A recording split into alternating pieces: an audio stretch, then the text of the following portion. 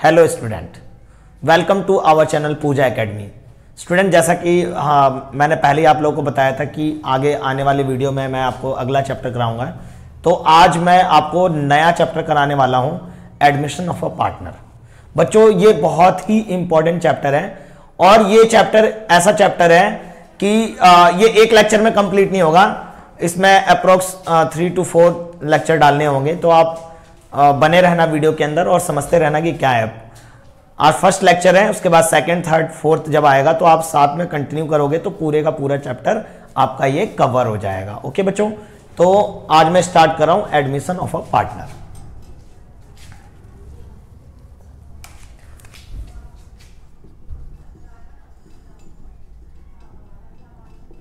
Admission of a partner.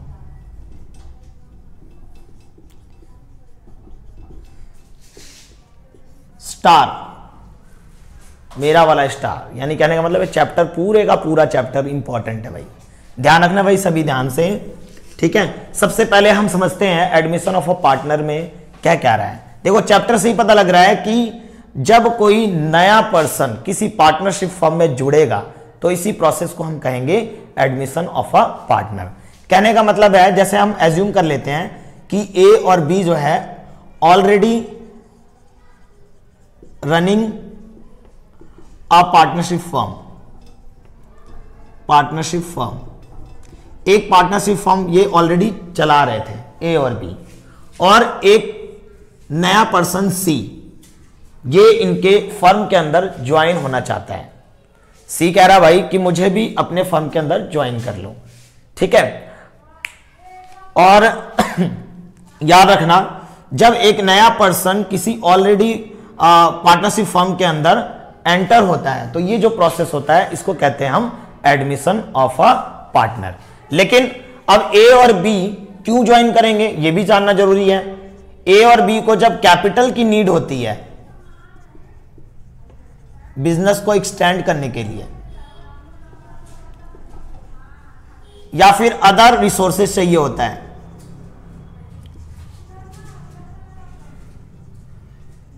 Other resources for business, यानी business के लिए अदर रिसोर्सेज चाहिए, या फिर कैपिटल की नीड होती है जो पहले से फर्म के पार्टनरशिप फर्म के अंदर, तो एक नए पर्सन को वो एंटर करते हैं, ठीक है। तो जब ये नया पर्सन उसके पार्टनरशिप फर्म में ज्वाइन होगा तो इसी प्रोसेस को हम क्या कहेंगे, admission of a new partner. इसमें एक चीज याद रखना बच्चों, बहुत ही इंपॉर्टेंट चीज है कि जब भी नया पार्टनर का एंटर होता है तो याद रखना ए भी एग्री होना चाहिए और बी भी एग्री होना चाहिए कि भाई हम इस पर्सन को अपने फर्म के अंदर ज्वाइन करते हैं। यदि इसमें एक बंदा भी डिसएग्री हो गया ना कि भाई ए कह रहा है ठीक है सी को एंटर कर लेते हैं फर्म के अंदर, लेकिन बी डिसएग्री है कि नहीं भाई, बी कह रहा नहीं भाई ये आएगा तो मैं नहीं रहूंगा इस फर्म के अंदर, तो यदि ऐसी सिचुएशन आती है तो नए पार्टनर का एडमिशन नहीं होता है।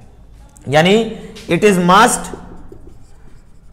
Must that all existing partners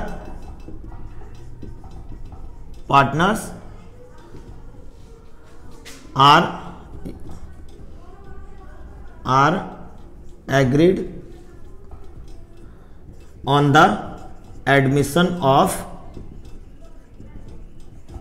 new partner. तो भाई हमें क्या पता लगा कि जब एक पर्सन ऑलरेडी रनिंग बिजनेस में रनिंग पार्टनरशिप फर्म के अंदर ज्वाइन करता है तो इस प्रोसेस को हम कहते हैं एडमिशन ऑफ अ पार्टनर। और दूसरी बात क्या पता लगा हमें, ठीक है, दूसरी बात का ये पता लगा कि जो पुराने पार्टनर हैं वो दो पार्टनर हो या 3 पार्टनर हो, यानी जितने भी पार्टनर हैं वो एग्री है कि एक नए पार्टनर को फर्म में इंक्लूड करने के लिए। क्लियर हो गई बात। फिर आते हैं, जब ये सी एंटर हो जाता है तो राइट्स, क्या क्या राइट्स मिलते हैं, राइट्स ऑफ न्यू पार्टनर, ठीक है। जब ये ज्वाइन हो जाएगा ना तो सबसे पहली बात राइट्स इन प्रॉफिट शेयर, यानी अब जब फर्म में प्रॉफिट बटेगा ना तो उसमें उसका भी राइट हो जाएगा जब वो ऐड हो जाता है, मतलब इंक्लूड हो जाता है, एडमिट हो जाता है फर्म के अंदर। Second, rights in the assets of firm, firm के नाम से जो असेट्स है उसमें भी उसके राइट्स हो जाते हैं। तो पहले बताओ यहां तक क्लियर हो गई होगी बात की क्या चीज है। बच्चों मैं एग्जाम के पॉइंट ऑफ व्यू से वीडियो बना रहा हूं ताकि आने वाले एग्जाम में आप लोगों के लिए हेल्पफुल रहे, तो इसलिए मैं शॉर्टकट में लॉन्ग कट चीजें करा रहा हूं। समझ में आ गई बात क्या चीज बता रहा हूं मैं? ओके, आगे चलते हैं। तो हमें इन अब तक ये पता लग गया कि भाई एडमिशन ऑफ पार्टनर क्या होता है, और किसी पार्टनर का एडमिशन जब भी होगा जब जितने भी एग्जिस्टिंग पार्टनर होंगे वो एग्री करते हैं कि भाई ठीक है नए पार्टनर को जोड़ लिया जाए फर्म के अंदर। फिर हमने ये पढ़ा कि उसके राइट्स क्या क्या मिलेंगे। तो राइट्स मिलेगा कि भाई जैसे ही वो इंक्लूड हो जाता है तो प्रॉफिट में उसका राइट्स होगा। सेकंड क्या राइट्स मिलेगा उसे, जो फर्म के नाम से एसेट्स होगी उसका भी उसमें हिस्सा मिलेगा उसको। ओके, आगे चलते हैं।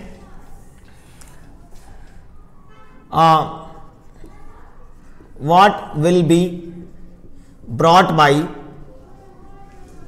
New partner. थोड़ा सोचना बच्चों, कॉमन सेंस की बात है कि जब भी कोई नया पार्टनर आएगा, आप ही सोच लो कि आप कोई फर्म चला रहे थे, आप और आपका फ्रेंड, और कोई थर्ड पर्सन आ रहा है आपके फर्म के अंदर, तो क्या आप उसको ऐसे ही फ्री में वेलकम करोगे, आ जाओ भैया हमारे फर्म में? नहीं ना। वैसे ही मैंने कहा था कि कैपिटल की नीड होगी तो नए बंदे को जोड़ रहा होगा, या अदर रिसोर्सेज की जरूरत होगी तो नए बंदों को जोड़ रहा होगा। इसका मतलब जो नया बंदा आएगा, जो न्यू पार्टनर आएगा, तो वो क्या क्या चीज लेकर आएगा? एक तो लेकर आएगा वो शेयर ऑफ कैपिटल, अपने कैपिटल का हिस्सा लेकर आएगा। सेकंड, शेयर ऑफ गुडविल, जो गुडविल उन्होंने मार्केट में क्रिएट किए बनाया है, फर्म की जो गुडविल है उसमें उसको अपना हिस्सा भी लेकर आना पड़ेगा। तो कई बार क्या होता है, ये तो कैश में है, यदि मान लो नए पार्टनर के पास कैश नहीं है, तो कैश नहीं है तो वो हो सकता है कि वो कोई एसेट्स लेकर आ जाए। थर्ड कोई पार्टनर है, वो कह रहा भाई कैश नहीं है, मैं एक काम करता हूं, मेरे पास ये मशीनरी है, इस मशीनरी को आप फर्म में यूज करो, मैं भी आपका पार्टनर बन जाता हूं। तो इसी तरह से कोई एसेट्स भी लेकर आ सकता है। क्लियर हो गई बात? तो एक नए पार्टनर के द्वारा ये लाया जाता है। Changes after coming of a new partner. अब हम ये समझेंगे कि एक नए पार्टनर के आने पर क्या क्या बदलाव आता है। ठीक है, अब भैया जब वो पार्टनर आएगा, पहले तो मैं अज्यूम करता हूं कि दो पार्टनर थे, पहले वो आपस में प्रॉफिट बांट रहे थे, फर्म के एसेट्स पे उन्हीं दोनों का मतलब वो था कि भाई उनको कितना कितना मिलेगा। लेकिन अब एक नया बंदा आएगा तो कुछ चेंजेस भी तो होंगे। सबसे बड़ा चेंज होगा change in profit sharing ratio. Change in profit sharing ratio, 5 चीजें होंगी बच्चों एक नए पार्टनर के आने पर। Change in profit sharing ratio, दूसरा होता है treatment of goodwill, treatment of goodwill. Third है revaluation of assets and liabilities. सबसे अच्छा तरीका होता है ऑनलाइन वीडियो जब हम देख रहे होते हैं यूट्यूब पे, तो सबसे अच्छा तरीका होता है अपने साथ एक कॉपी भी रखना चाहिए, पेन भी रखना चाहिए, ताकि हम साथ के साथ नोट कर ले, या फिर स्क्रीनशॉट लेते जाएं हम।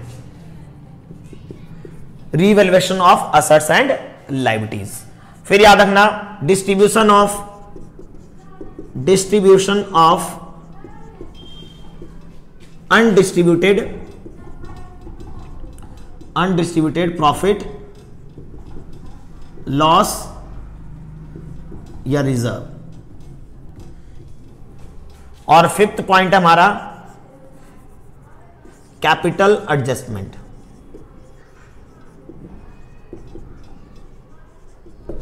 बच्चों इस चैप्टर के अंदर ना हमें ये 5 चीजें कवर करनी है। ठीक है बच्चों, जिसमें से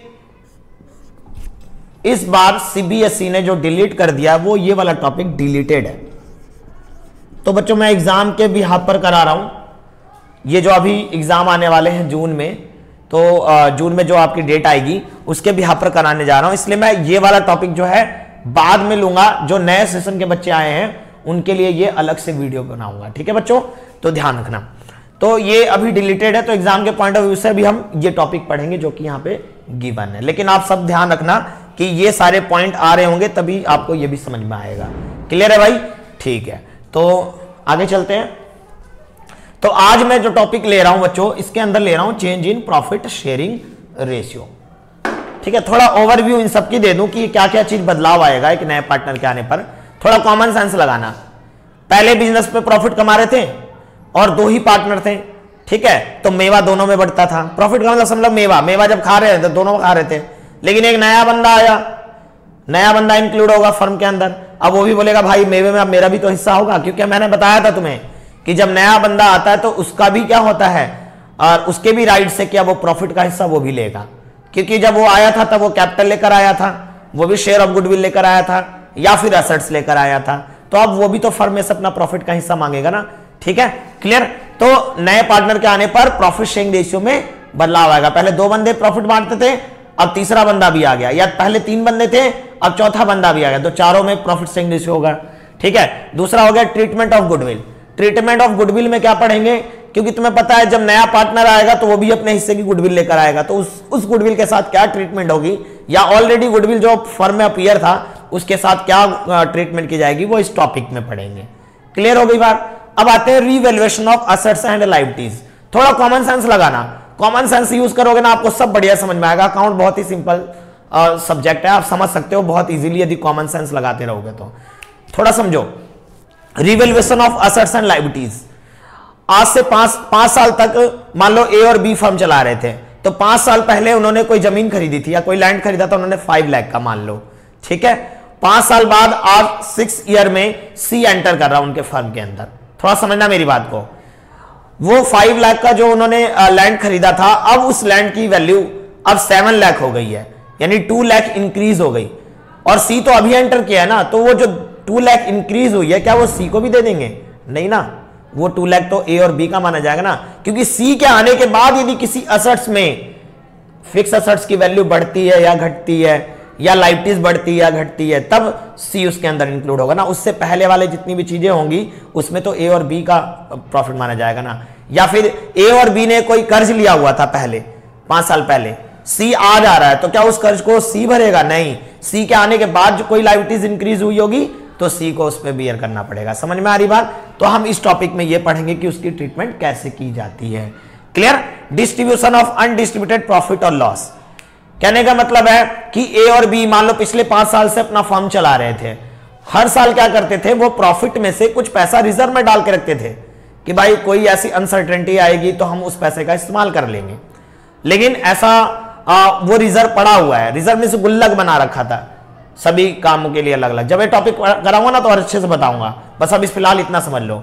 तो वो गुल्लक बना के रखा हुआ था, अब एक नया बंदा सी एंटर किया तो क्या उस गुल्लक में से उसको भी हिस्सा दे देंगे? नहीं, जब से उस गुल्लक में उसका भी हिस्सा जाएगा ना तब उसको देंगे। तो पिछला जो गुल्लक बना हुआ वो तो ए और बी का है ना, तो वो आपस में डिस्ट्रीब्यूट कर लेंगे, यानी वो रिजर्व आपस में डिस्ट्रीब्यूट कर लेंगे, या फिर पहले का कोई प्रॉफिट बचा हुआ वो डिस्ट्रीब्यूट कर लेंगे।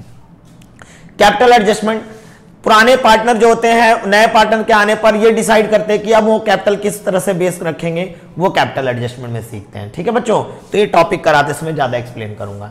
तो पहला मैं टॉपिक ले रहा हूं आज change in profit sharing ratio का। तो ध्यान देना बच्चों, बहुत ही आसान टॉपिक है और बढ़िया से समझना। ठीक है बच्चों,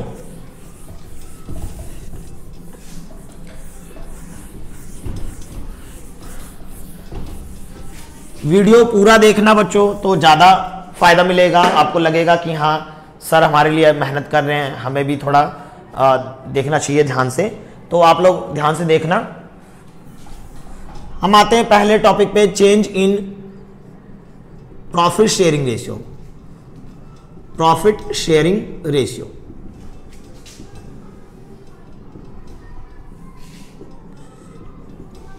ठीक है। मैं इस टॉपिक को समझाने के लिए मैं अपनी तरफ से एग्जांपल्स लेता हूं ताकि आप लोगों को ना बिल्कुल फटाक से समझ में आ जाए। ठीक है, मैं लेता हूं पहला, इसमें केस फर्स्ट ले रहा हूं बच्चों। मैं एज्यूम कर रहा हूं कि ए और बी 2 पार्टनर हैं, इनके बीच में 3:2 है, और सी एक न्यू पार्टनर एडमिट हो रहा है फर्म के अंदर। मैं स्टोरी नहीं लिख रहा, शॉर्टकट लिख रहा हूं, ध्यान रखना बच्चों। सी जब आया है तो उसका जो शेयर है 1/4 शेयर से। क्वेश्चन में लिखा होता है कि जो नया पार्टनर एंटर कर रहा है कितने शेयर से।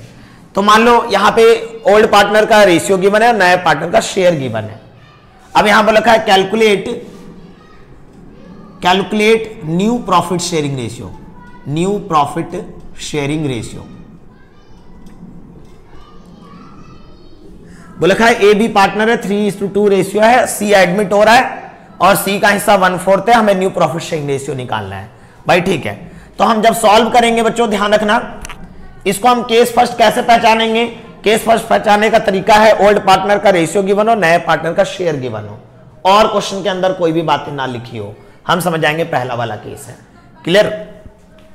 इसको सॉल्व करेंगे। हम ये मान लेते हैं कि टोटल हिस्सा जो था वो 1 था, let the total share be 1, let the total share be 1। मैं मान लेता हूं कि पूरा हिस्सा 1 है, एक हिस्सा है, उस हिस्से को इन तीनों में बांटना है। तो एक पूरा हिस्सा है किसी चीज का, उसमें से सी का तो हमें पता लग गया, सी का शेयर कितना है 1/4। तो उस एक हिस्से में से 1/4 तो अब सी का ही होगा, सी एंटर हुआ है तो। ठीक है, तो अब रिमेनिंग कितने बच गए? रिमेनिंग 1 में से 1/4 लेस करेंगे तो 4 1 जा 4, 1 लेस होगा 3/4, यानी 3/4 शेयर रिमेनिंग है। अब ये 3/4 शेयर जो रिमेनिंग है वो ए और बी का होगा, तो हम यहां निकालेंगे एज न्यू शेयर, ए का नया हिस्सा। तो 3/4 का इंटू 3:2 है ना, 3:2 का मतलब क्या हुआ? देखो मैं बार बार इसलिए समझाने की कोशिश करता हूं आप लोगों को समझ में आ जाए रेशियो का चक्कर। 3 और 2 5, टोटल 5 में से 3 हिस्सा जो है वो ए का है और टोटल 5 में से 2 हिस्सा जो है वो बी का है। ठीक है, तो मैं यहां पे ए का न्यू शेयर निकालूंगा तो 3/4 का वो कितना ले लेगा? 3/5, यानी कितना हो जाएगा? 9/20। ठीक है, इसी तरह बी न्यू शेयर निकालेंगे, बी का नया हिस्सा, तो रिमेनिंग का 3/4 रिमेनिंग है, बी का कितना ले लेगा उसमें से? 2/5, यानी जो बचा हुआ हिस्सा है वो आपस में इस रेशियो में बांट लेंगे। तो ये कितना हो जाएगा? 6/20। और सी का शेयर तो हमें पता ही था, सी का शेयर हमें पता था 1/4। लेकिन बच्चों आपको एक काम करना है रेशियो में चेंज करने के लिए, नीचे का बेस सबका सेम बनाना है। देखो यहाँ पे 20 है बेस, यहाँ 20 है बेस, तो बेस सेम बनाने के लिए हम 5 से मल्टीप्लाई कर देंगे। देखो 4 को यदि मैं 5 से मल्टीप्लाई करूं तो 20 होगा, तो जो चीज नीचे मल्टीप्लाई कर रहा हूं ऊपर भी मल्टीप्लाई करूंगा। मैथ का रूल कहता है बच्चों ये कि नीचे का बेस सेम करो तब जाके आप रेशियो चेंज कर लोगे। तो कितना हो गया? 5/20। तो अब देखो नीचे सबका बेस हमने सेम कर लिया, तो अब न्यू रेशियो क्या बनेगा? मेरा जो न्यू रेशियो बनेगा वो बनेगा 9:6:5। आई होप सभी बच्चों को बढ़िया से समझ में आ गया होगा कि केस फर्स्ट क्या कहता है। ठीक है, तो केस फर्स्ट ये कहता है भैया कि ओल्ड पार्टनर का यदि रेशियो गिवन हो और नए पार्टनर का शेयर गिवन हो तो आपको समझ जाना है पहला वाला केस है, इस तरीके से हम इसको सॉल्व करेंगे। क्लियर हो गई बात? बहुत अच्छे से क्लियर हो गई। अब बच्चों थोड़ा सा मैं इसी क्वेश्चन के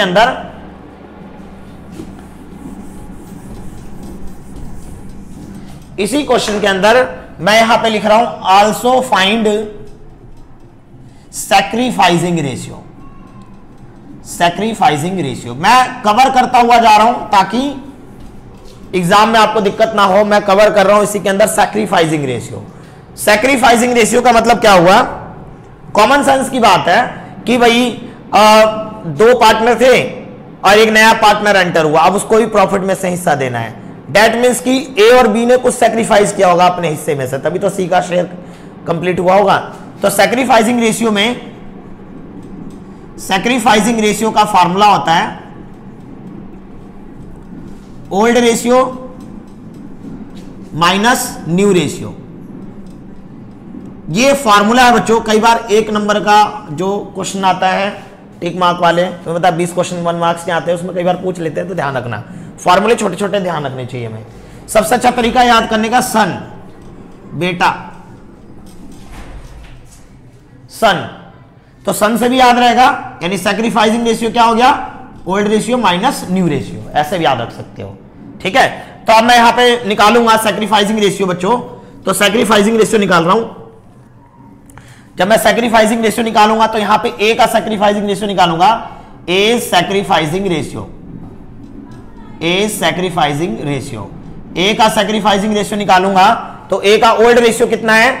ओल्ड का रेशियो है 3/5 माइनस न्यू रेशियो कितना है? न्यू रेशियो है बच्चों 9/20, 9/20। क्लियर हो गई होगी बात। 9/20 कैसे हो रहा है? 9 6 15 4 5 20, टोटल 20 में से 9 शेयर है, तो यहां पे हम एलसीएम लेंगे तो इसका आ जाएगा 20, और 4 बार में 4 3 12 माइनस 9 कितना हो जाएगा? 3/20। ये तो सॉल्व करना आता ही है सबको, ठीक है। आगे बी सैक्रिफाइसिंग रेशियो, बी का भी इसी तरह से निकालूंगा मैं, बी सैक्रिफाइसिंग रेशियो, बी का निकालूंगा ओल्ड माइनस न्यू। ओल्ड कितना था बी का? 2/5, माइनस में न्यू कितना है? न्यू कितना है बी का? 6/20। जब मैं इसका एलसीएम ले लूंगा 20 हो गया, ये हो गया 4 4 2 8, माइनस में कितना हो गया? 6, कितना हो जाएगा? 2/20। क्लियर भाई? क्लियर? बिल्कुल बढ़िया से। देखो नीचे का बेस सेम है, नीचे का बेस सेम हो तो अच्छी बात है, बेस सेम नहीं होगा ना तो पहले नीचे का बेस सेम कर लेना चाहिए रेशियो निकालने में। तो अब मेरा यहां पे सैक्रिफाइसिंग रेशियो क्या निकल गया? यहां मेरा सैक्रिफाइसिंग रेशियो निकल गया बच्चों 3:2। अब जरा फोकस करना, मेरी बात को ध्यान रखना, गांठ बांध लेना दिमाग के अंदर, गांठ बांध लेना। देखो जरा ध्यान दो, जब मैंने यहां सैक्रिफाइसिंग रेशियो निकाला तो 3:2 आ रहा है, जबकि ओल्ड भी मेरा 3:2 था। तो जब बड़े वाले क्वेश्चन जब हम करेंगे ना सॉल्व, फुल फ्लैश वाले, तो आप अपना टाइम सैक्रिफाइसिंग रेशियो में निकालने में टाइम वेस्ट मत कर देना। याद रखना केस फर्स्ट में ओल्ड रेशियो ही हमारा क्या होता है? सैक्रिफाइसिंग रेशियो होता है, ये ध्यान रखना। क्योंकि मैंने को फार्मूला यहां समझाना था इसलिए मैंने फार्मूले से समझा दिया। और यहां ध्यान से देखो 3:2 आ रहा है, ओल्ड रेशियो मेरा 3:2 था। इसका मतलब आपको केस फर्स्ट के अंदर याद रखना है, दिमाग के अंदर गांठ बांधो। मैं यहां लिख भी देता हूं, in case first old ratio is also sacrificing ratio, sacrificing ratio मेरा वाला star.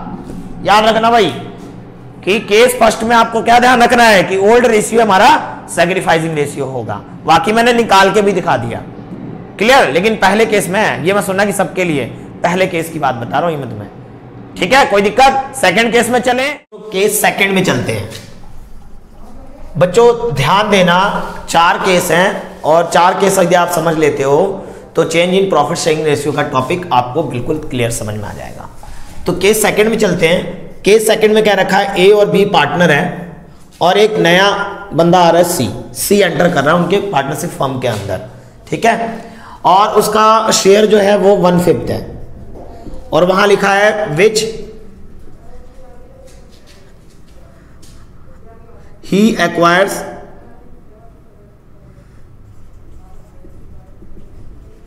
One tenth from A and 1/10 from B.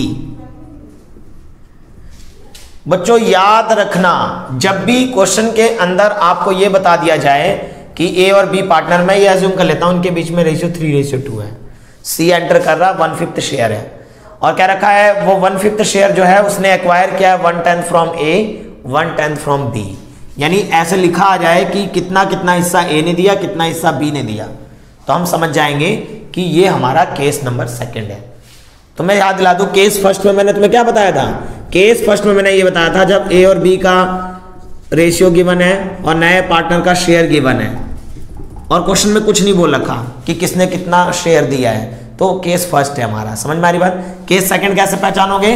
बता दिया जाएगा ए ने कितना दिया और बी ने कितना दिया सी को, तो आप समझाना केस सेकंड है, ठीक है। जैसे मैंने यहां पे लिखा है which he acquires 1/10 from A और 1/10 फ्रॉम बी, ऐसे भी लिखा सकता है A surrender 1/10 from his share, B surrender 1/10 from his share to C, ठीक है। तो कहने का मतलब वही है।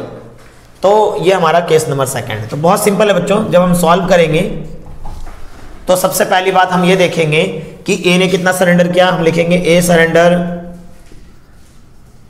इन फेवर ऑफ सी। ए ने कितना सरेंडर किया? 1/10। B surrender in favour of C 1/10। Means as new share जब निकालेंगे हम, अभी मैं आप लोगों को न्यू प्रॉफिट शेयरिंग रेशियो निकालना सिखा रहा हूं, तो जब मैं ए का न्यू शेयर निकालूंगा तो कॉमन सेंस की बात है, ए के पास पहले कितना शेयर था 3/5, उसमें से उसने कितना सरेंडर कर दिया 1/10। एलसीएम लेके सॉल्व आउट कर लेंगे तो ये आ जाएगा मेरा 6 - 1 यानी 5/10 हो गया। और ये B is new share, B का नया हिस्सा निकालेंगे जब हम तो 2/5 में से लेस कर देंगे, बी ने भी कितना सरेंडर किया था 1/10। एलसीएम लेंगे 10, 4 - 1 हो गया, ये हो जाएगा 3/10। समझ में आ रही होगी बात, 4 कैसे आ रहा है 5 के टेबल में 10 2 बार में 2 2 जा 4 हो गया -1, 3/10 हो गया। और सी का शेयर कितना है, सी का शेयर आपको पता है 1/5 है, या फिर आप ये भी कर सकते हो कि इन दोनों को ऐड कर दोगे तो भी पता लग जाएगा सी का कितना शेयर है। तो हमें गिवन है 1/5, नीचे का बेस बराबर कर देना चाहिए रेशियो निकालते समय, तो नीचे का बेस बराबर करने के लिए क्या मल्टीप्लाई करना पड़ेगा यहाँ पे 2, तो ऊपर भी 2 से मल्टीप्लाई करेंगे, 2 कितना हो गया मेरा 10 आ गया। यानी न्यू रेशियो क्या बन गया बच्चों मेरा, न्यू रेशियो बन गया भाई 5:3:2। आई होप समझ में आ गया होगा। फिर अब याद रखना, मैंने आप लोगों को सैक्रिफाइसिंग रेशियो भी निकालना सिखाया था। क्या बताया था, old ratio minus new ratio. तो ओल्ड रेशियो आपको गिवन है और न्यू रेशियो ये रहा। लेकिन याद रखना हम शॉर्ट ट्रिक का भी इस्तेमाल करेंगे, जो सरेंडर वैल्यू होती है वही हमारी सैक्रिफाइसिंग रेशियो होती है। जब बड़े बड़े क्वेश्चन आते हैं ना बच्चों, तो सैक्रिफाइसिंग रेशियो निकालने में आप अपना टाइम वेस्ट मत करना कि फार्मूले का इस्तेमाल करो। विदाउट फार्मूले आप सिंपल समझ सकते हो कि जितना ए ने सरेंडर किया या जितना बी ने सरेंडर किया वही तो सैक्रिफाइसिंग रेशियो होगा। तो याद रखना, मैं यहाँ पे लिख रहा हूँ, स्टार बना रहा हूँ, ध्यान रखना, in case second surrender value is sacrificing ratio. आपको ये ध्यान रखना है कि सरेंडर वैल्यू जो होती है वही सैक्रिफाइसिंग रेशियो होती है। मींस ए और बी, ए ने कितना सरेंडर किया 1/10 और बी ने कितना सरेंडर किया 1/10। आप ध्यान दोगे नीचे का बेस सेम है, डेट मीन्स की सैक्रिफाइसिंग रेशियो क्या हो गया 1:1, ये सैक्रिफाइसिंग रेशियो हो गया। क्लियर हो गई बात। तो ये हमारा केस नंबर 2 है। ठीक है, अब केस 3 पे आते हैं बच्चों, ध्यान से नोट कर लेना बच्चों। मैंने 1/10 लिया, ये नहीं कि हमेशा 1/10 ही रहेगा, कुछ भी हो सकता है, बस जो भी होगा आपको लेस करना होगा यहाँ पे। ओके, केस 3 पे आते हैं।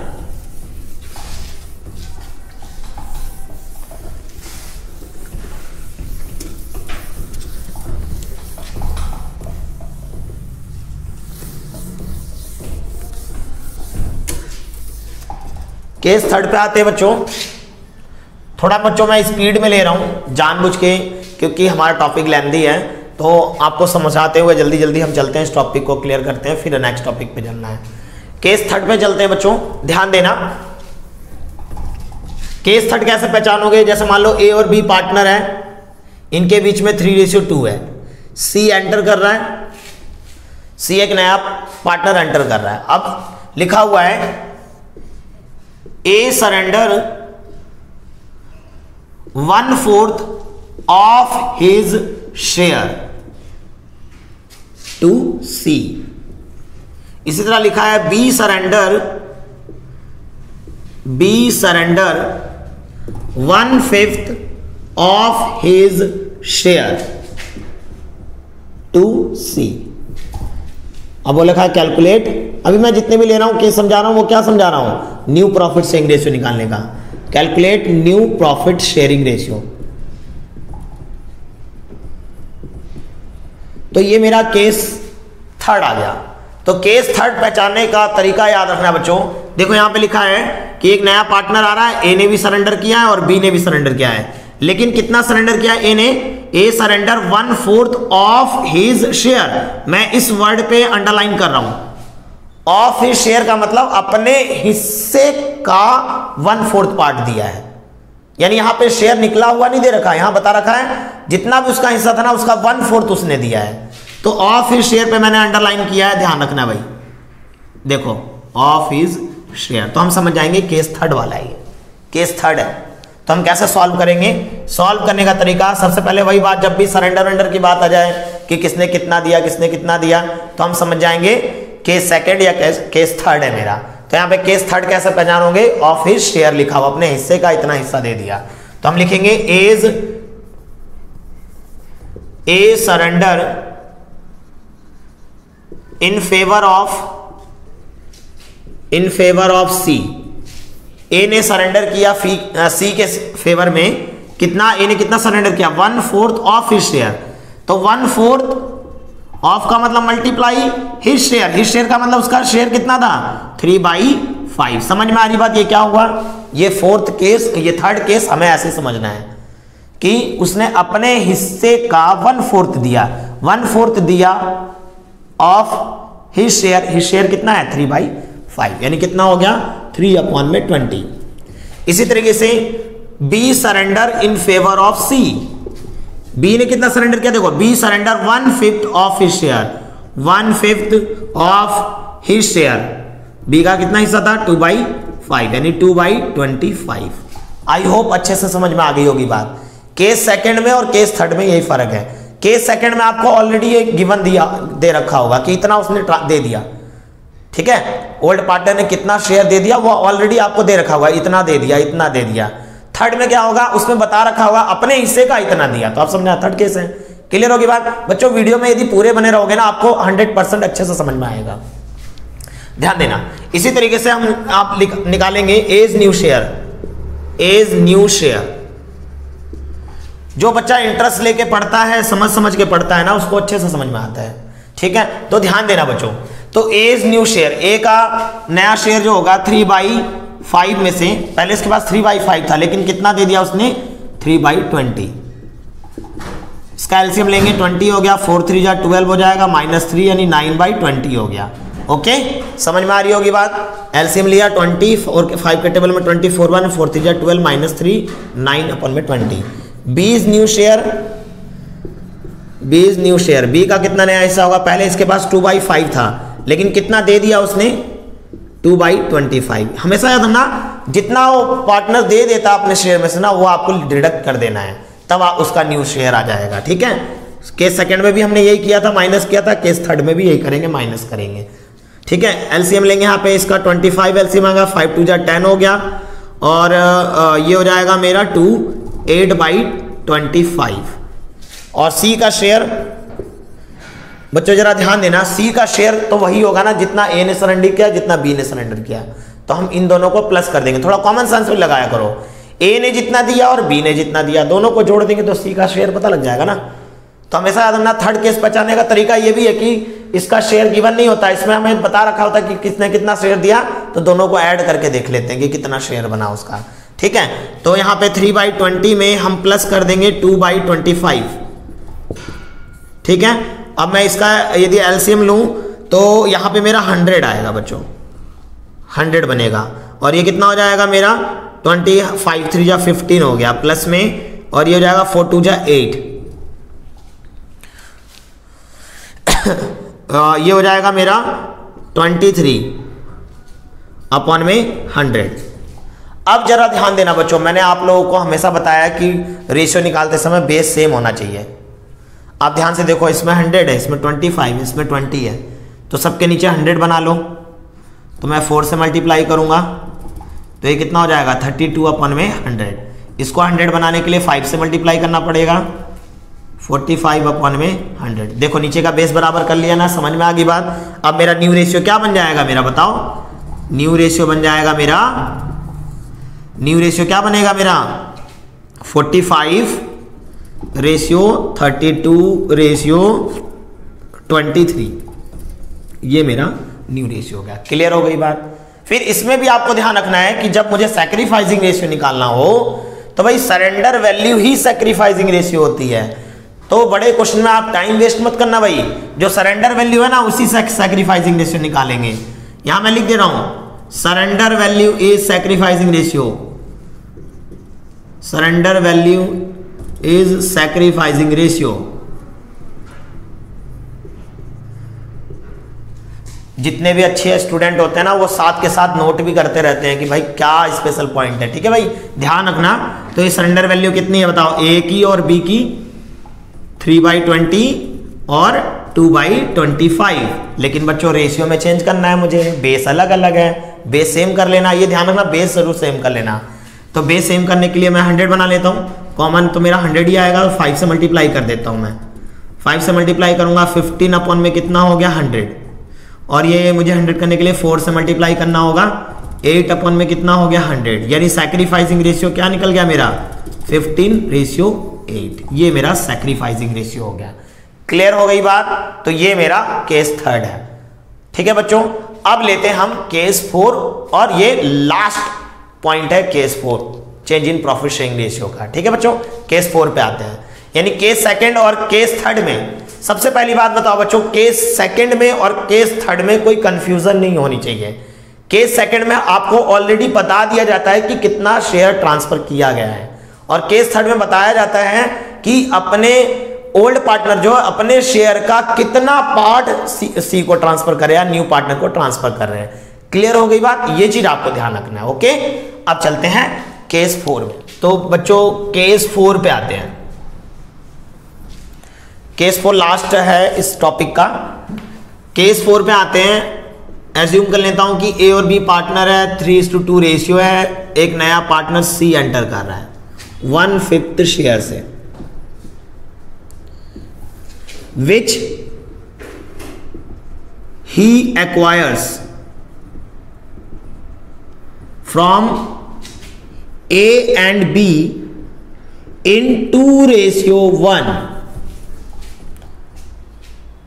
वो लिखा है सी एंटर हुआ है 1/5 शेयर से, जो कि वो अपना हिस्सा ए और बी से 2:1 में लेता है। बच्चों इसकी जगह पे ऐसे भी लिखा आ सकता है, which he takes of his 2/3 of his share from A and 1/3 of his share from B। मेरे बच्चे लोग ध्यान रखना, क्वेश्चन कैसा भी हो आप समझो जरा, इसके और इसके कहने का मतलब सेम है। यहां कह रखा है कि सी का 1/5 शेयर है, जो कि वो ए और बी से 2:1 में एक्वायर करता है, और इसी बात को यहां पे एक्सप्लेन करके लिख दिया है, which he takes 2/3 of his share from A and 1/3 of his share from B। तो इसमें लिखा है कि जो कि उसने अपने हिस्से का मतलब सी के अपने हिस्से का 2/3 पार्ट ए से ले रहा है, और अपने हिस्से का 1/3 किससे ले रहा है, वो बी से। केस 3 और केस 4 में कंफ्यूज मत होना। केस 3 में इनकी तरफ से लिखा होता था कि ए अपने हिस्से का इतना दे रहा है, बी अपने हिस्से का इतना पार्ट दे रहा है, और 4th केस में क्या क्या रखा है कि नया पार्टनर जो आया, जो उसका शेयर है, उस शेयर का वो इतना पार्ट ए से ले रहा है और इतना पार्ट बी से ले रहा है। क्लियर हो रही है बात? आप ये ध्यान रखना। तो ये चीज है। अब हम जब सॉल्व करेंगे बच्चों, तो हम लिखेंगे सी एक्वायर्स फ्रॉम ए। सी ए से लेता है कितना, सी का अपने हिस्से का 2/3 ले रहा है, अपने हिस्से का 1/5 का। यदि आप ऐसा ना देखो तो इसमें भी वही कह रखा है 2:1 का मतलब क्या हो गया, ए से उसने 2/3 शेयर लिया है, और बी से उसने कितना लिया है 1/3 शेयर लिया है। तो 2/3 1/5 का कितना हो गया 2/15। इसी तरह सी एक्वायर्स फ्रॉम बी, सी जो है बी से एक्वायर करता है कितना 1/3 ऑफ हिज शेयर, यानी 1/5 का, यानी 1 कितना हो गया 15। क्लियर हो गई बात? ये चीज आपको ध्यान रखना है, ऐसे लिखा रहे या ऐसे लिखा रहे बात सेम है। बस आपको ध्यान रखना है कि सी वाला जो शेयर है ना, उसका लेके चलना पड़ेगा शेयर आपको, क्योंकि क्वेश्चन में यही कह रखा है। ठीक है। और केस 3 में क्या होता था, ए का हिस्से का बी के हिस्से का हम लेके चल रहे होते थे। क्वेश्चन जैसा हो आप समझ जाना, केस उसी टाइप का है। तो यहां पे ध्यान देना 2/15 1/15। अब देखेंगे हम एज न्यू शेयर, ए का नया हिस्सा। पहले ए के पास कितना था 3/5, लेकिन आपको पता है कि ए से कितना ले लिया गया, सी ने कितना ले लिया 2/15, तो 2/15 लेस कर देंगे इसमें से। एलसीएम लेंगे 15 हो गया, 3 3 9 हो जाएगा, माइनस में ये 2 हो गया, 7/15 हो गया। इसी तरह B is new share, B का नया हिस्सा निकालेंगे जब हम, तो बी का 2/5 था पहले, कितना उसने दे दिया 1/15, कितना एलसीएम हो गया 15, 3 2 जा कितना हो गया 6 -1 कितना हो जाएगा 5/15। उसके बाद आते हैं बच्चों सी का शेयर। सी का शेयर हमें ऑलरेडी गिवन है 1/5, या फिर आप इन दोनों को प्लस करके भी लिख सकते हो, आपकी मर्जी है। 1/5 है, लेकिन नीचे का बेस बराबर करने के लिए देखो नीचे बेस 15 है, 3 से मल्टीप्लाई करना होगा, तो 3 कितना हो गया मेरा 15। क्लियर हो गई बात? तो आप देखो ध्यान से, नीचे का बेस हमारा हो गया क्लियर सबका, देखो सेम है, यानी न्यू रेशियो क्या बन जाएगा बच्चों हमारा न्यू रेशियो बनेगा 7:5:3। क्लियर हो गई बात? अब मान लो इसमें मुझे सैक्रिफाइसिंग रेशियो निकालने के लिए बोल दिया जाए, तो जितना याद रखना, सी ने जितना एक्वायर किया होगा वही सैक्रिफाइसिंग रेशियो होगा। सी ने जिस रेशियो से ए और बी से एक्वायर किया है ना, वही हमारा क्या होगा सैक्रिफाइसिंग रेशियो होगा। यानी यहाँ पे एक्वायरिंग रेशियो जो होगा सैक्रिफाइसिंग रेशियो है, इस सैक्रिफाइसिंग रेशियो, आपको ये ध्यान रखना है। या फिर आप ध्यान रखना जितना यहाँ पे सरेंडर किया था आप उससे भी निकाल सकते हो। ए और बी ने, ए ने कितना सरेंडर किया 2/15 और 1/15, यानी रेशियो 2:1, तो यानी सेम है। समझ में आ गई बात? तो सैक्रिफाइसिंग रेशियो इस तरह से निकालेंगे। वैसे सैक्रिफाइसिंग रेशियो का फार्मूला ही बता रखा है मैंने आपको, आप उस फार्मूले का भी यूज करोगे तो वही निकल रहा होगा। तो बड़े क्वेश्चनों में आपको टाइम वेस्ट नहीं करना, आप समझ जाना कि एक्वायरिंग रेशियो ही सैक्रिफाइसिंग रेशियो है यहाँ पे। ओके, अब मैं एक क्वेश्चन लेता हूँ बच्चों, ठीक है, क्वेश्चन लेता हूँ, उस क्वेश्चन को देखते हैं। तो उस क्वेश्चन के अंदर सारे केसेस हैं, और उससे क्या होगा, उस क्वेश्चन को देखने के बाद आपको ये समझ में आ जाएगा कि सर ने ना हमें अच्छे से बता दिया ये टॉपिक। ठीक है, देखते हैं क्वेश्चन। तो बच्चों मैं क्वेश्चन लेके चल रहा हूं आपका टीएस ग्रेवाल में चैप्टर 5 में क्वेश्चन नंबर 9 है, जिसमें न्यू प्रॉफिट शेयरिंग रेशियो निकालना है। बच्चों ये क्वेश्चन मैं इसलिए ले रहा हूं क्योंकि इसमें ना सारे केसेस आ जाएंगे। अब मैंने आपको पहले केसेस समझाए, और ये एक ऐसा क्वेश्चन है जिसके अंदर सारे केसेस हैं। ठीक है बच्चों, जरा आप ध्यान देना। क्वेश्चन आपको स्क्रीन पे मैं दे दूंगा, वो आप स्क्रीन से देख लें, और मैं यहाँ बुक से क्वेश्चन ले रहा हूँ बच्चों। ठीक है, तो 6 पार्ट है इस क्वेश्चन के। पहले पार्ट में क्या रखा है, R and T are partners in a firm sharing profit in the ratio 3:2। यानी फर्स्ट पार्ट में, क्वेश्चन नंबर 9 के फर्स्ट पार्ट में क्या रखा है, R और T दो पार्टनर हैं, उनके बीच में जो प्रॉफिट शेयरिंग रेशियो है 3:2 है। S joins the firm, S join कर रहा है इस फर्म को। ठीक है, फिर वो लिखा है R surrender 1/4 of his share, R surrender।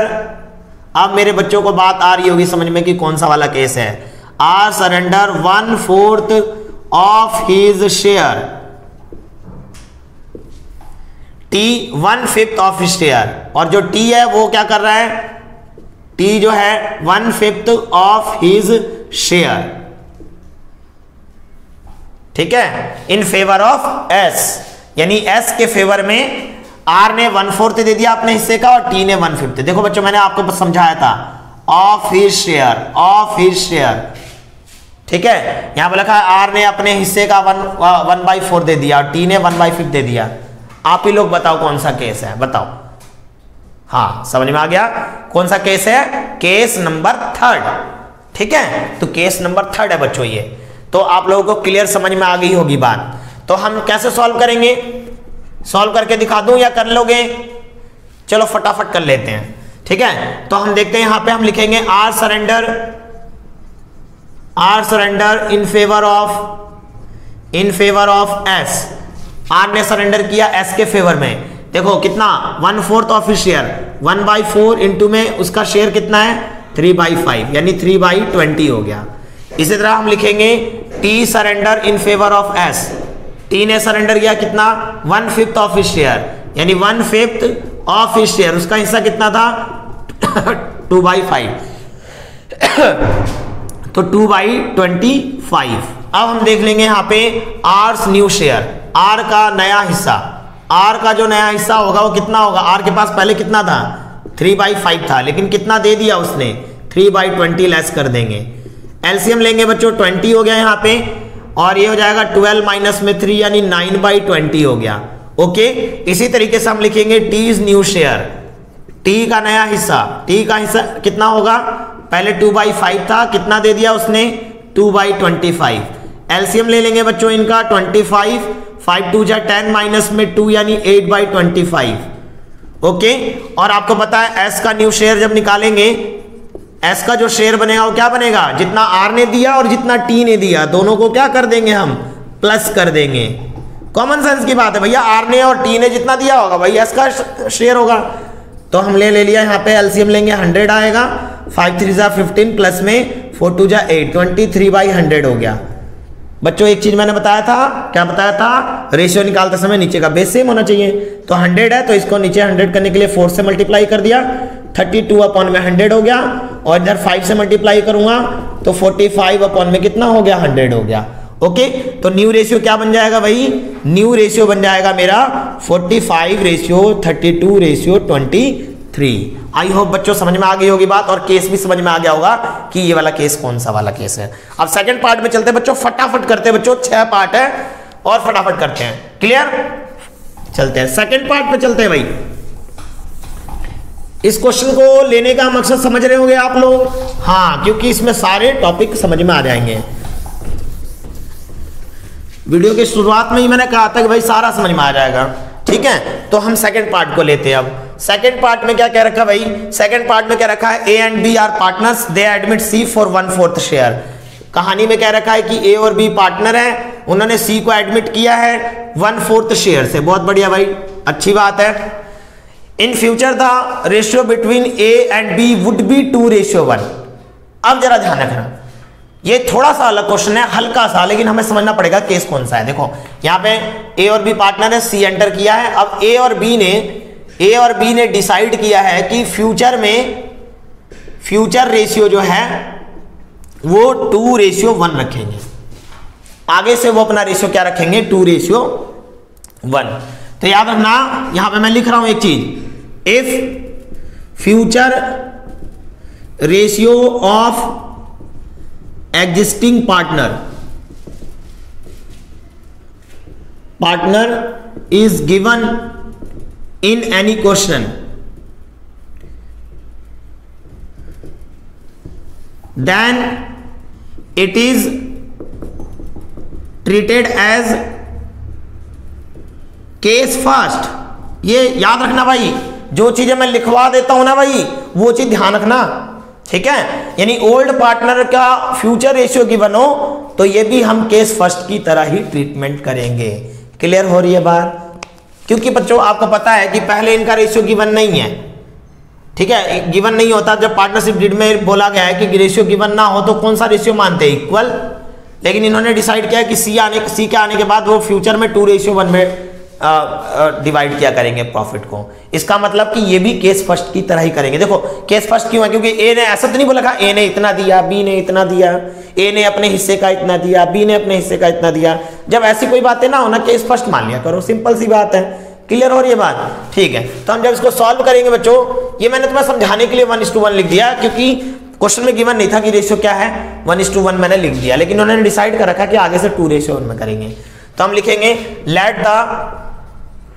Late the total share be 1। याद आ गया होगा पहला केस कैसे कराया था, टोटल शेयर भी 1 है। सी का शेयर कितना भाई, सी का शेयर है भाई 1/4। तो रिमेनिंग कितना बचेगा मेरा, रिमेनिंग बचेगा 1 में से 1/4 लेस करेंगे तो 3/4 हो गया। अब निकालेंगे एज न्यू शेयर, ए का नया हिस्सा, ए का नया हिस्सा निकालेंगे जब हम, तो 3/4 का आगे से 2:1 रखना चाहते हैं। आपको इससे मतलब है, इससे मतलब नहीं है, ये हटा रहा हूं मैं, इससे कोई मतलब नहीं है। जो आपका फ्यूचर रेशियो क्वेश्चन में सीधे करना आपको। तो ये कितना हो जाएगा, 3/4 का 2/3 यानी कितना हो गया 6/12। इसी तरीके से आते हैं बी न्यू शेयर, बी का नया हिस्सा, बी का नया हिस्सा निकालेंगे तो 3/4 का बी का कितना है भाई 1/3। ओके, तो ये कितना हो जाएगा 3/12। ओके, और सी का जो शेयर है वो आपको पता ही है, सी का शेयर कितना है 1/4। लेकिन नीचे का बेस हमें क्या करना होता है, इक्वल करना होता है। तो 12 लाना है तो 3 से मल्टीप्लाई करना होगा, तो 3 कितना हो गया 12। यानी न्यू रेशियो जो बन गया बच्चों मेरा, क्या बन गया न्यू रेशियो, 6:3:3। मैं इसको और भी छोटा कर सकता हूं, 3 से देखो सारे डिवाइड हो रहे हैं, 2:1:1। This is the answer. Clear हो गई बात। तो आपको मैंने यहाँ पे एक चीज लिखवाया है, ध्यान रखना कि जब भी एग्जिस्टिंग पार्टनर का यानी पहले से कोई पार्टनर उनका फ्यूचर रेशियो दे दिया जाए क्वेश्चन में, तो आप समझ जाना उसको केस फर्स्ट की तरह ट्रीटमेंट करनी है। ठीक है, ये ध्यान रखना भाई। तो अब मैं अगला पॉइंट लेता हूं, third point.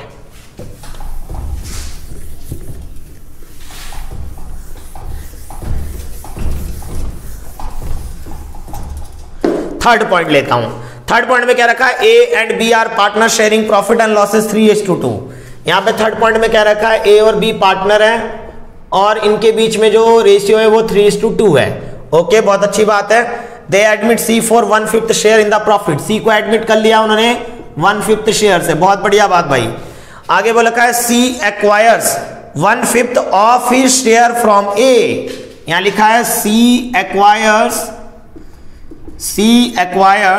1/5 of his share from A. अब मेरे बच्चे जो है ना, इतने समझदार बच्चे हैं ना, वो सब समझ रहे होंगे कौन सा वाला केस है ये। ठीक है, मुझे विश्वास है अपने बच्चों पर। फ्रॉम ए और C acquires 1/5 of his share from A and 4/5 share from B. तो मेरा बच्चा कह रहा है ना कि भाई सर ये तो हमारा फोर्थ केस है। कैसे समझ में आया आपको? ध्यान आ गया होगा। मैंने बताया था कि नए पार्टनर के तरफ से कोई बातें लिखी हो कि नए पार्टनर ने अपने हिस्से का कितना शेयर ए से लिया है या कितना शेयर बी से लिया, तो हम समझ जाते हैं केस फोर्थ आ गया मेरा। तो ये मेरा केस नंबर कौन सा है भाई? केस नंबर 4 है। जो बच्चा समझ जाता है ना कि कौन सा केस है, वो आराम से समझ जाता है भाई क्वेश्चन कैसे सॉल्व करना है। तो हम जब सॉल्व करेंगे बच्चों, यहाँ पे हमें न्यू प्रॉफिट से इंग्लिश निकालना है, तो हम जब सॉल्व करेंगे तो हम लिखेंगे सी एक्वायर्स फ्रॉम ए। सी ने एक्वायर किया ए से कितना, 1/5 of his share, 1/5 of his share अपने हिस्से का, यानी 1/5 का, यानी कितना हो गया 1/25। सी एक्वायर्स फ्रॉम बी, बी से कितना ले लिया 4/5 ऑफ हिज शेयर, 1/5 है इसका, तो कितना हो जाएगा 4/25। समझ में आ रही है बात? तो आप निकाल लेंगे एज न्यू शेयर, ए का नया हिस्सा। तो पहले ए के पास कितना शेयर था 3/5 माइनस कितना दे दिया ए ने उसको 1/25। एलसीएम लेंगे 25, 5 3 15 माइनस 1 यानी 14 अपन में कितना हो गया 25।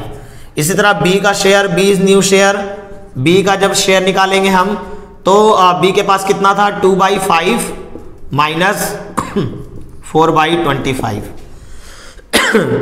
एलसीएम लेंगे 25, 5 2 10 माइनस 4 यानी 6/25। इसी तरह सी का शेयर निकालेंगे बच्चों, तो सी का आपको पता है जितना ए से लिया जितना बी से लिया, दोनों को प्लस कर दो, या फिर आपको यहां दे ही रखा 1/5, नीचे का बेस सेम कर लो, 5 से मल्टीप्लाई करूंगा, 5 अपन में कितना हो गया 25, यानी न्यू रेशियो क्या बन गया बच्चों मेरा, यहां पे मेरा न्यू रेशियो बन गया 14:6:5। क्लियर हो गई बात? बहुत अच्छे से समझ में आ गई होगी बात बच्चों। ठीक है, अब आते हैं फोर्थ पॉइंट पे। बच्चों 6 पॉइंट है इसलिए मैं फटाफट करा रहा हूं, आपको केस पहले ही समझा रखा मैंने। ठीक है, जो बच्चे हमारे वीडियो में नए जुड़ते हैं, हमारे चैनल पे नए जुड़ते हैं, वो पिछली वीडियो भी देख लें, तो आप लोग को पूरा का पूरा समझ में आ जाएगा कि टॉपिक क्या चल रहा है और कैसे क्या हो रहा है। ठीक है, कुछ बच्चे नए आते हैं वो एक बार पीछे के वीडियोस भी देखें। आगे चलते हैं भाई। आगे हमारा फोर्थ पार्ट क्या रखा है,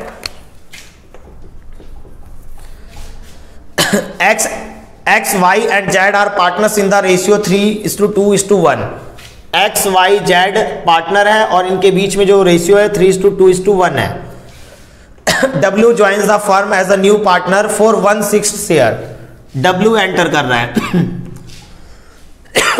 as a new partner for 1/6 share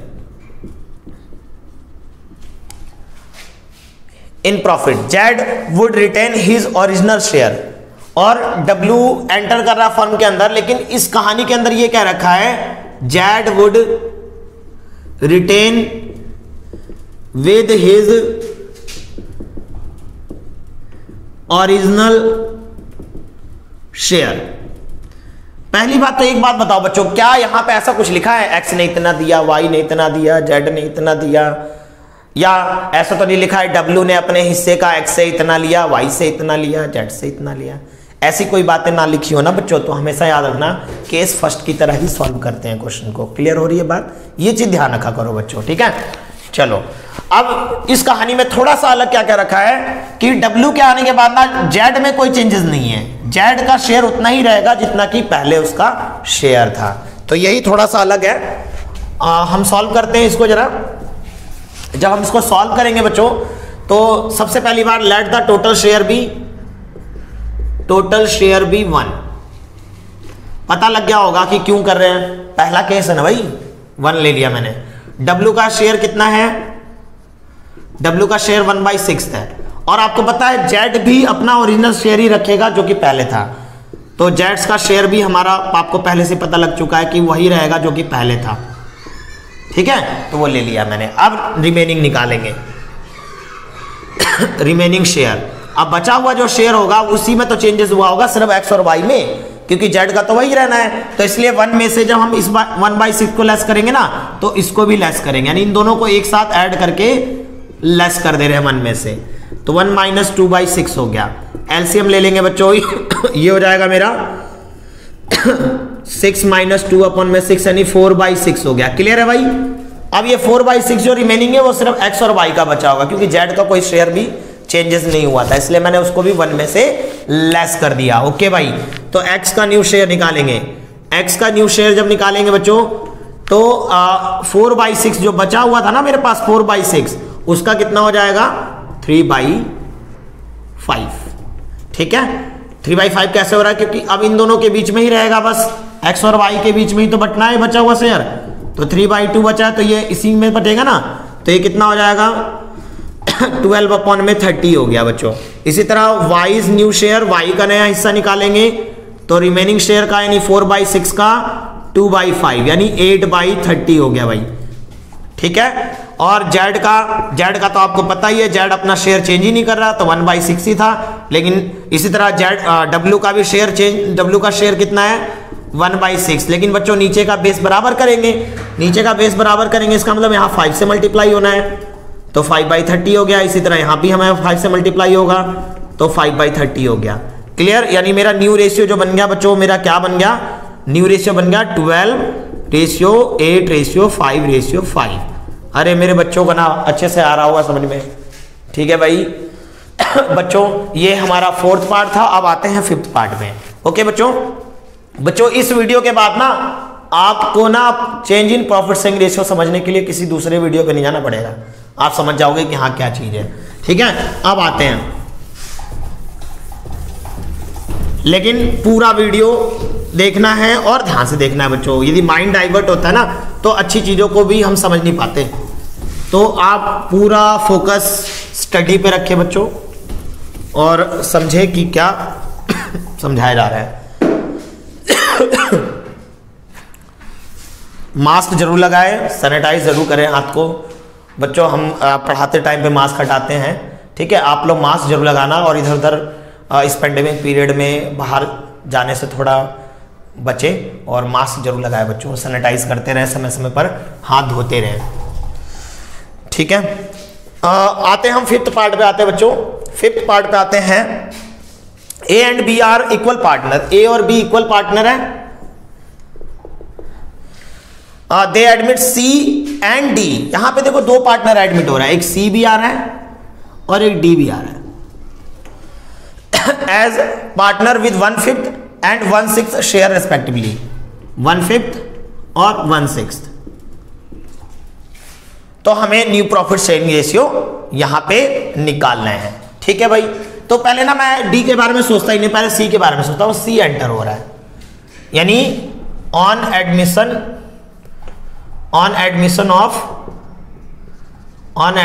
of सी का एडमिशन मान रहा हूं मैं, डी को ले ही नहीं रहा हूं।